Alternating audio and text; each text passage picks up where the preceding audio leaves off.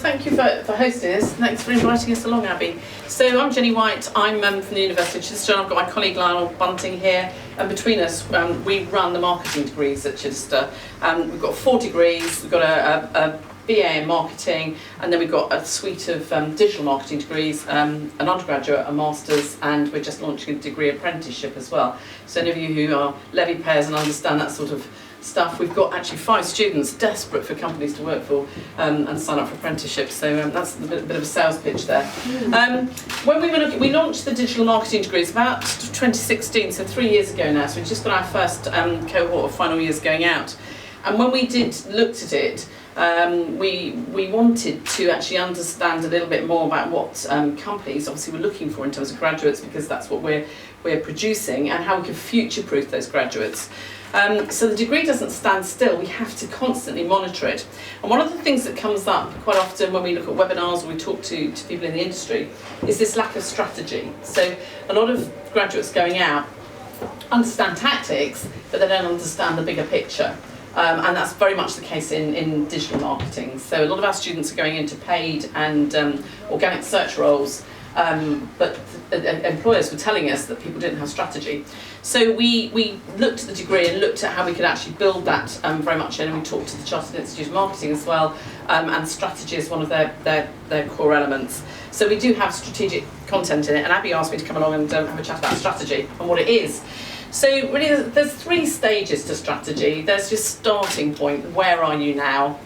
Then there's where you want to be, and then there's how do you actually get to where you want to be. It's quite simple. But we normally, and I find this, and I'm sure Lionel will back me up, when we're talking to small businesses, people jump in with the tactics quite often, and you don't have that leisure to start.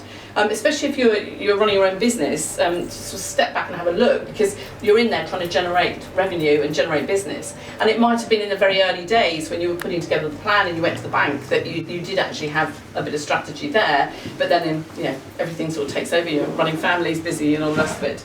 So Abby asked me to talk about some of the new models, but actually one of the models I still think is really, really relevant to the where are we now is what we call the PEST model. You've probably heard of that. It stands for politics, economics, socio-cultural and technological. Very simple model. When I'm doing strategic consultancies with companies, that's where I start. And if we look at it now, obviously Brexit, that's causing downturn in the housing market. We're seeing all sorts of decisions. Thomas Cook have announced today that they're being impacted by it. And there will be some impact on most businesses because of Brexit, either in terms of being able to recruit people you want, because there's also a bit of a demographic squeeze of 18 to 19-year-olds at the moment, which a lot of people are suffering from. If you want access to land, obviously it's possibly cheaper than it was a year ago, but if you're selling it, it's not so good, is it? And also in terms of getting capital from the banks, a lot of people are stalling on that. So politically, we're affected. Economically, we're actually affected also by a lack of skills in digital competencies. So our skill set as a country is actually sort of we're not stagnated, but we're sort of all scrubbing around for those resources. Obviously, at the University of Chichester, you may have seen, we've just opened a £20 million technology park, which is aimed at getting STEM expertise, engineering, product design, and digital competencies in this area. And for those of you who might be interested, one of our students who Lionel's has been supervising has just done a study of small businesses and the idea of the digital kitchen. So you buy sort of different ingredients of digital competencies. So if you'd like a copy of that, he'd be only too happy to pass that on. So politics, economics. In terms of socio-cultural, there's a number of trends that are happening around marketing. Some of you may have come across them. Subscription marketing is really big. We're seeing that in a lot of markets. It's come out of the sort of organic veg boxes and the Graze boxes into things like gin. My daughter subscribes to a coffee subscription. Shaving, yeah, it's a big one. But we're also seeing Enterprise Car doing this in the student market, where students pay £20–25 a month and can then take a car and pick it up, drop it off wherever they want to.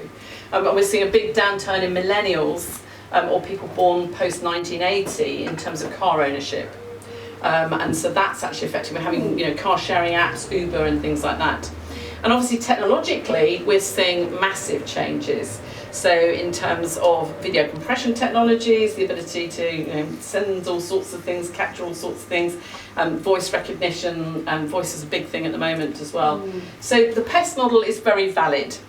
But in digital marketing, the one that we quite like, as in the where are we now, and also one that you can then take forward to using for objective setting and defining your what you want to do, is the 5S model. So bear with me while I go through these. And the first one is very much sell. So how can you use digital technologies to actually reach out to a greater audience? So you've got obviously a physical entity here in terms of your shop. How can you maybe use the internet to reach a wider audience who can't physically get in? And it might be that you, I don't know, for instance, if you're selling bed sheets or housing or things for house, artisan products or whatever, you might show people how to style them using a video, and you're actually then reaching out, and they will at some stage come to you as a customer, hopefully, or recommend you to somebody else who will. So sell is very much reaching that wider audience. So I've got to just make sure I cover everything here. So no, this is where I had to put my glasses on. And it's also thinking about maybe customer interactions, so tagging value interactions, so maybe things like newsletter registrations, or maybe using heat maps to see where people are going on your website as well, what interests them and what engages them. So that's the first one, sell. Second is save. So how can you save yourselves money and time and convenience and all that sort of thing, but how can you save your customer as well? So obviously, Chichester, we know the parking is absolutely phenomenal, isn't it? So somebody coming into Chichester to maybe physically have to visit the store or make a meeting, that has an added cost to it. So how can you use the internet? The very simple thing is putting up opening hours, for instance, or making appointments via the internet, so that people know that their trip won't be wasted, and therefore they're actually optimising that particular time. We've seen this obviously with Ryanair and EasyJet, so we talk about generation and EasyJet. The fact you can now, if you're flying anywhere, you can just get your ticket to your phone, can't you? And you're just there and straight through, check in, you don't have to worry. So obviously they're passing the cost of printing on to customers who still want maybe a physical ticket, but they are saying you don't need one. So that's an example of saving. And it's for both the company and the customer. Another thing is serve. So third S is, how do we add value to the customer experience? So it might be that customer is not going to give us something monetarily, but we would solve a problem for them that they're then going to give us word of mouth, a positive word of mouth endorsement. And so therefore making sure that interactions, actually we exploit what we call touch points. So we will have multiple touch points with the brand. It could be by phone, it could be via email, it could be via social media, it could be via a whole range of things. But actually optimising or exploiting those is very important. And I think this is where we're seeing that video consumption is massive. And if you're targeting a younger demographic, that is, they are the biggest consumers of video. And I was talking to Helen earlier, and Abby as well, that's really I think I use video for marking now. And all my tutorials, the students don't take notes, I just pop the video on and that's it, and give them a video to take home with them. It's much better in terms of actually recording the accuracy of it and getting their concentration. So I'm a firm believer in that. So we've done sell, save, serve, and the other thing is speak. How can we actually get closer to our customers and encourage what we call a trialogue? So not just company to customer, customer to company, but actually company to company and customer to customer. So can we actually get a much bigger network of actual sort of interactions there? And that helps to get customers then as advocates. And as I say, they might not be buying your brand, but they might be at some stage in the future or influencing somebody. And it's very important also with Speak to obviously monitor consistently your SERP's position, your search engine ranking, and that's obviously relative to quality as well. And the quality, as we'll look in a minute, we've got a little exercise for you around content marketing, needs to be sort of, the freshness is a big thing about driving you up the SERP's results. So ensuring that you've got that not constant turnover of material, but you've got fresh material. And if you can actually get your users to generate that, it helps in terms of that. There are a number of tools like Hootsuite and things that can help you. And this brings in terms of speaking, another model, which is known as the payzo model. So as business owners or business managers, you have a series of sort of tools. You have paid media, you have earned media, you have shared media, and you have owned media. And those are the aspects of payzo. So obviously your website is what you pay for and you own, but actually what you want is shares and getting that bigger reach. Goes back to what we were saying about sell earlier on. And we need to understand the customer journey as well. What is the trigger that brings them in? So how can we prompt people to actually get that trigger, that need? It's like Tesco's doing their back to school campaign, and all of a sudden mothers everywhere panic and think, oh my goodness, he's grown over the summer, I've got to get new shoes and all the rest of it.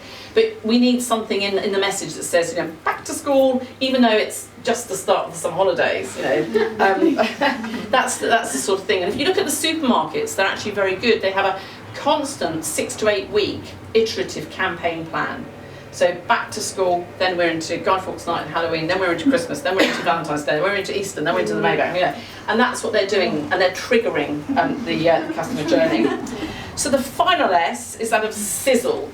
So how can you make your brand stand out within your niche, looking at your unique selling points and aspects of that, and generate that WOM or EWOM, so that word of mouth, in terms of social media shares, and things. And it's quite interesting that if you look at what's happening in the news recently, Lush have just announced they're dropping, has anybody seen that? They're dropping all their social media, and they're actually going to try and they're going to use chatbots, but very much form a one-to-one relationship with customers, and push things out to the influencers as well. Whereas before, it was all disseminated down to the stalls, and each of the stall managers took responsibility for the social media. And then there were some general things as well. But they want to learn more about their customers, and therefore they want that dialogue and trialogue within the market. So that's essentially the talk bit of the talk. I've sped through that probably, haven't I? Okay. So we've got with us, to get you think about, all this comes down to content.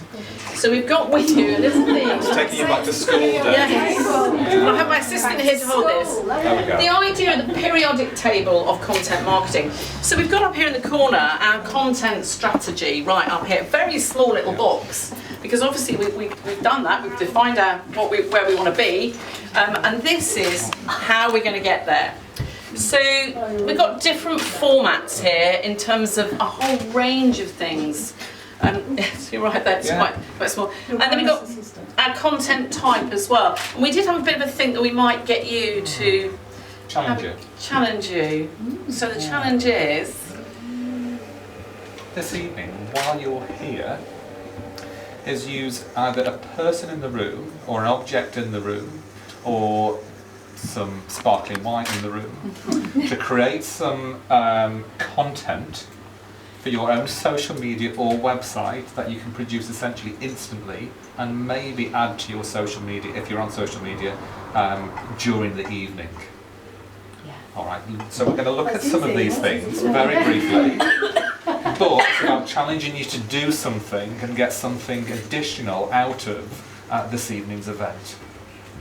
Alright, so in sort of academia, we try and look at things in sort of threefold. So we try and get 3 activities or 3 outputs of a single point of work. So if we write an article, for instance, we want to try and turn that into a piece of social media. We want to add it as content on a website, maybe get it published in a newspaper or in a journal as well. So we're looking at multiple points of sort of output. And that should be the case with everything that you're doing. So if you're coming here to an event thinking, yeah, it's great, it's really sociable, getting to meet people, but what is the meaningful output for you? So if you could create something today while you are here, then that's a really good challenge, and that's a really good output from what we're doing. And just talking through this in terms of content type, it might be related also to actually the platform that you're going to deliver it on. So for instance, the biggest genre of YouTube videos are how-to videos, and they're things like how to make a bed with a nice crisp sheet for your guests. you know, things like this. How to obviously put makeup on, which I haven't quite mastered yet, but there we go. So it will depend very much on this, and I have to also put a caveat that this is 2017's one. We tried to get 2019 for today, but unfortunately the resolution was awful, and so I've left that behind. So Snapchat's made it onto the 2019 one. And there's a lot of information in there. We have got some, we have got some little. I've cut these out as well. These are sharing triggers. So these are what you want to try and use to get people to share your content. I mean, there is one here like cute, which is obviously people love sharing about a hamster doing some silly things in a Ferrari or something, isn't it? But it might be something illuminating, and you might not think it's particularly illuminating, but somebody else will think, oh my goodness, I mean, look at Vanish. How do you get beetroot stains out of a tablecloth? Oh my goodness, I never knew you could. You know, this is the sort of thing, very illuminating. And then people share it, you know. So that's, I've cut those out as well so you can have a play around with those. So those are the green ones up there. Yeah, the green ones are trigger for sharing. Okay. Cute is easy. So, cute's easy to do, yes. There are some other ones, random. You think about what you might share, and obviously what you want is your customers sharing. So controversial, maybe moving. There are some thoughts in here, something that's disgusting. I wouldn't necessarily recommend you use that, but unless you're doing something like offering house cleaning services, you know, how many bacteria are there on the bottom of your handbag, you know, if you're, or in your wheelie bin. Don't ask. Don't ask. So it's just to get you thinking about you know, how to get fresh content, gets you up the SERPs, and then hopefully that solves the problems. Yeah, there's also, I've cut out these as well just to pass them around, and actually it's a few more than just the one poster. Okay, so a bit of a whirlwind tour there through strategy. I do a 10-week, 3-hour course, 30-hour course on it. But has anybody got any questions? No.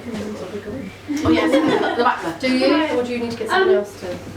That's what you need. You talked about sharing. I think most of us are on Instagram, and I don't think you can share on Instagram, can you? Unless I'm. You can repost. But you can repost. Yeah. You have to pay for it. No, you don't. You need to download another app. Download another app called So you have to get a different app. It's called repost. And you can also share things to your stories very okay. That's instant. So I was just interested in what you think are the biggest platforms and the most successful platforms, because I personally find Facebook really dull. I don't like Facebook and anymore. actually, I think Facebook now people are switching off, and actually, you know, the fastest growing sector of people sign up to Facebook, they're over 50s, and it's normally people checking on their kids actually, and so the kids are dropping off that or young people dropping off. But Pinterest, which Lionel is an expert on, Has it offers the best conversion rate of any social media. So and it's really niched, and it continually does that. In all studies, it comes out as the best. Outperforms everything for commerce. So if you're targeting women, and specifically in areas like arts and crafts, but also wedding planning, 30 to 45 principally, it yields you far more. I think something like 200-300% more than Facebook. Oh, that's amazing. Wow. Etsy are one of the brands that are really pushing forward on using Pinterest. And there was I've forgotten what they're called now, but it's a Brazilian company very similar to IKEA that have been using it as well, and trying different formats of using Pinterest, and then use giant pins within their store. So rather than going around the store and thinking, what is it that I want, you'd hit the pin button, it'd save it to your Pinterest account, and then you just go and basically check out as you would do in IKEA and say, those are the pins, those are the products I want. So that was one way of doing it. But yeah, certainly by adding sort of rich pins or putting some value added onto them. So you say, these are a pair of shoes, these are great shoes. Shoes sell really well on Pinterest as it happens. And you know, you put the price on where you can get it from, you know, you put your usual sort of interesting hashtags on there, and the conversion rate on them is, as Jenny said, it is phenomenal. So there are some great opportunities on there. It's not necessarily the easiest one to get to grips with to start with, and to get this sort of e-commerce element added on. But once you've started and got some headway with it, then you can start moving into the more sort of advanced features of it. Can I ask a follow-up question to that? So, similar thing, but if it's not a product you're selling, but a business service, so you're more kind of business to business as opposed to individuals, is there any particular platform that you think works best? Services. Yeah. LinkedIn still performs pretty well. I do find Business to that, business. Yeah. but I thought I'm probably missing a trick. Twitter's also quite good. I mean, it's interesting that if you look at the big firms, I think BT's the one that always cites something like 60% of their feedback now comes through Twitter.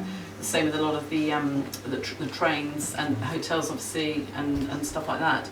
And obviously because of Twitter hours as well, you can actually, which are quite good to get out into times that people are listening.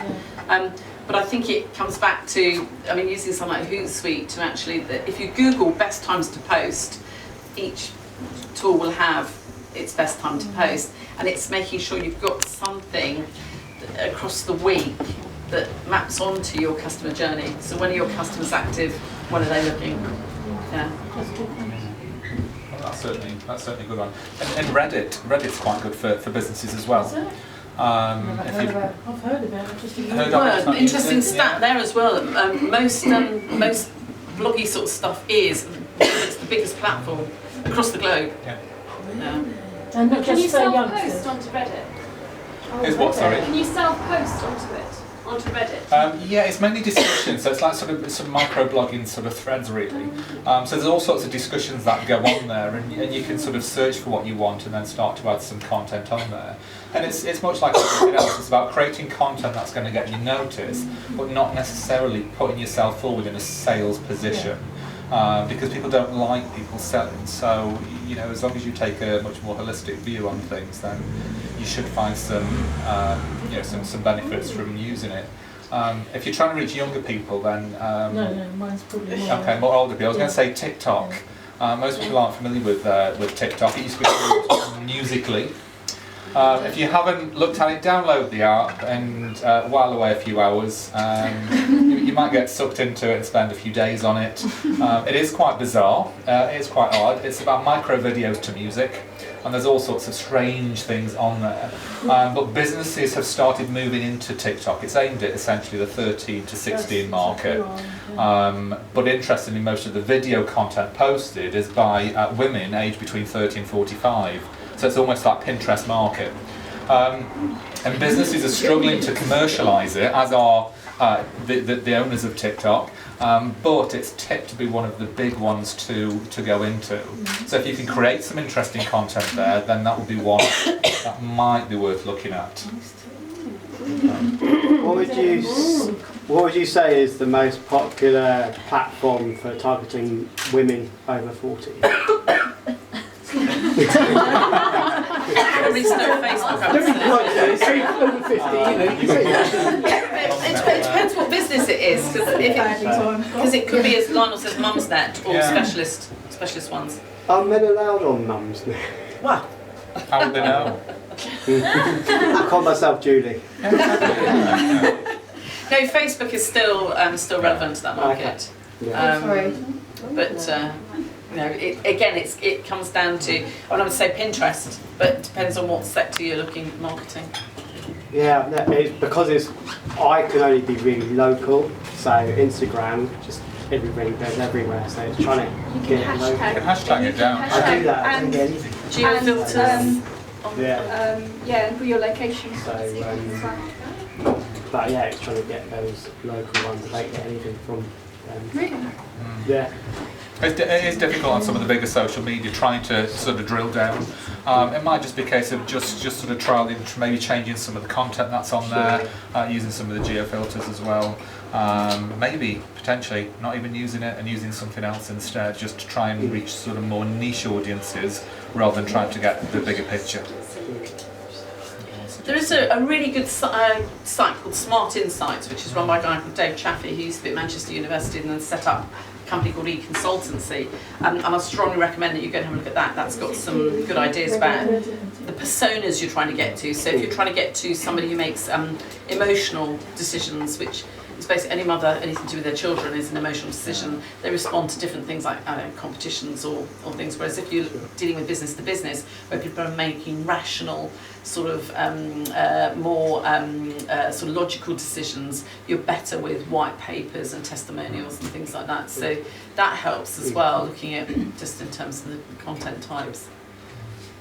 Well, that comes back to the point you're making about strategy and using something like the because quite often we do say, oh, let's go on Twitter, everybody's on there, you know, let's use Facebook, but really we need to go back and say, what is it what we're trying to do, who we're trying to reach, you know, and is that going to be the best way of doing it?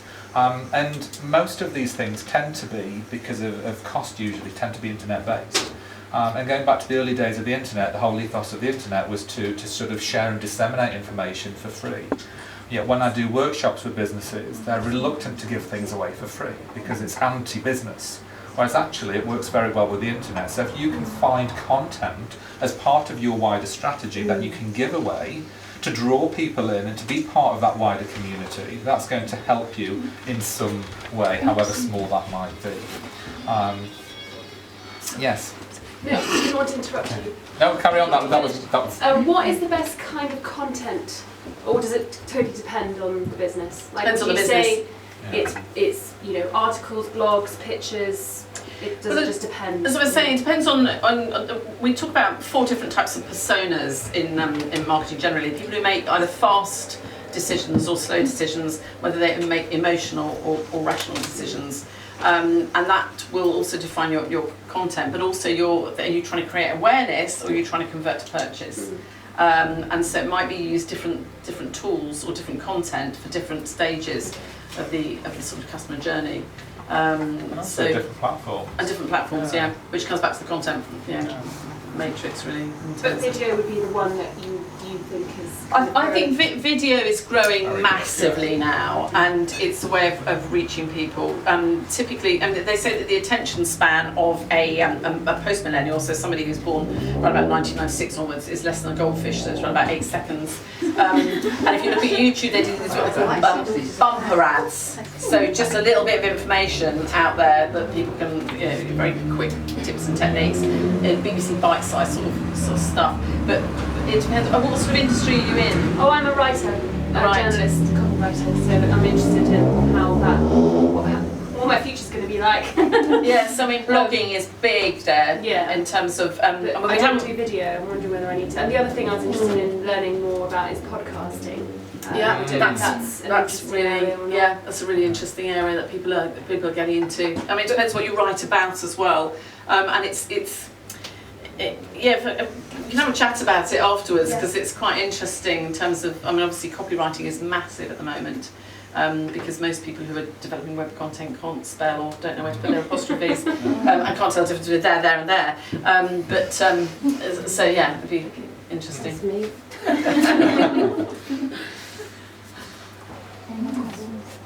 So I think you guys are staying on for the rest of the evening. So if you want to talk to these guys, but thank you so much. Thank you.